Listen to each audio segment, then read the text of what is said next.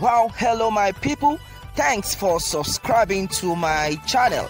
Your wish has always been my command. Thanks always. Well, meanwhile, this is another one. Alright, this is another one.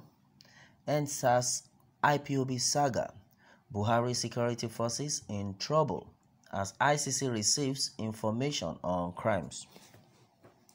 International Criminal Court ICC says it has received information alleging human rights crimes against the Buhari administration. Before the eruption of the EndSARS hurricane, the indigenous people of Biafra Ipob, galvanized by Nnamdi Kanu, has been accusing the armed security forces of Nigeria of alleged genocide.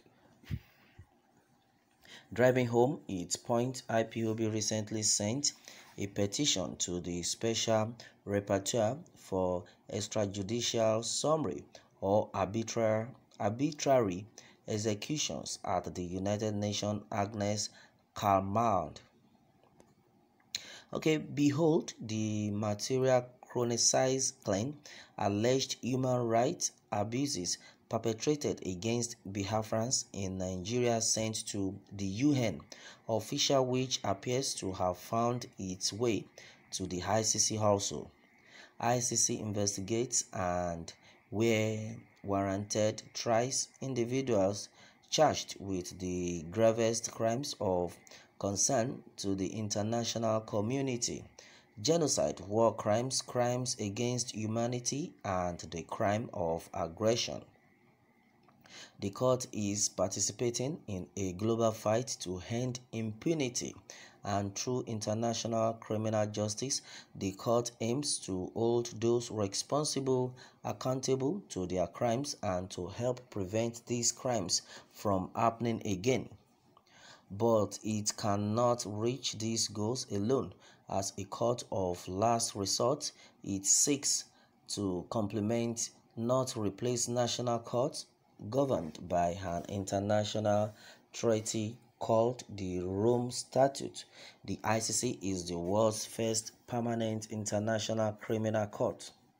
This is, however, coming as the minority caucus of the House of Representatives gave President Muhammadu Buhari a thumb down for a speech on the EndSARS protest, describing it as lacking in empathy and not meeting the expectations of Nigerians.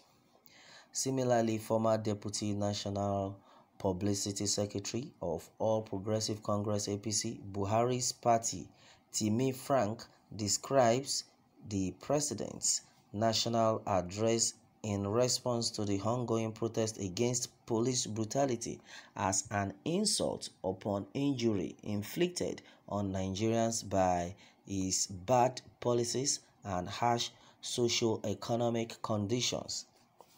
He is accusing President Buhari of gross insensitivity for not acknowledging the massacre of scores of Nigerians by soldiers at the Lekki toll gate in Lagos, claiming that by not paying respect to the dead, injured, and bereaved families, the president has shown that he is neither a father nor a leader. According to the political activist, Buhari, as the commander-in-chief of the armed forces, is in charge of the federal army and therefore cannot deny giving the order to deploy soldiers to the toll gate who rained bullets that massacred the EndSARS protesters. It is evident, I dare say, that Buhari deliberately omitted to condemn the ignoble act and order investigation into the massacre of unarmed and peaceful EndSARS protesters at the Lekki toll gate on Tuesday night because he is complicit in deploying lethal force for the infamous military operation. It is unthinkable that after such a horrendous rain on bullets on unarmed protesters, the president still could not empathize with the wounded nor sympathize with those who lost their loved ones. While calling on ICC to take strong action against Buhari, the governor of Lagos State and the security forces for alleged pogrom, Frank adds that rather than being conciliatory and stooping to conquer, Buhari's speech was filled with military rhetoric even as an elected president. Clearly, there is nothing to cheer in a speech that belittled and attempted to hide a strategy of mowing down innocent youth who were out exercising their fundamental human rights and voicing their frustrations through peaceful assembly and demonstrations.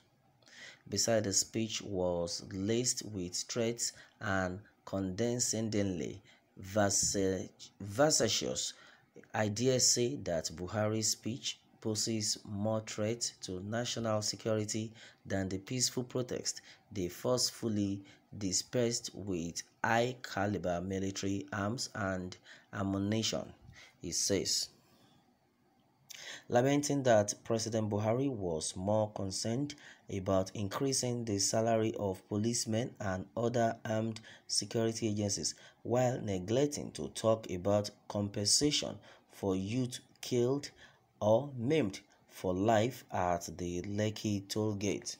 He adds Buhari's speech is a monumental insult and mockery on Nigerians to sympathize for the wounded and bereaved. Rather, he threatened Nigerians. His statement was mechanical, disjointed, and unprecedented. Nigerians deserve better. What a shame. However, the minority leader of the House of Rep, Ndudi Elumelu, in a statement said that caucus frowned at the failure of President Buhari to show empathy to the victims of the killings by soldiers.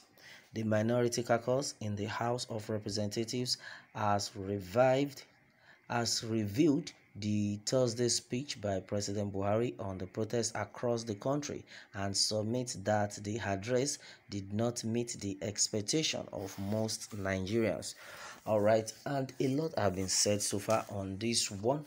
Well, Nigeria has been a good country, no doubt, but now a lot of people are now reacted to the speech of the President of the Federal Republic of Nigeria, President Muhammadu Buhari, after the so-called massacre at toll gate occurred. And a lot of people have been expecting that at least when our president was about to talk, definitely he would talk about how to empathize with the deceased, with the faithful protesters who died while they are protesting on a peaceful ground.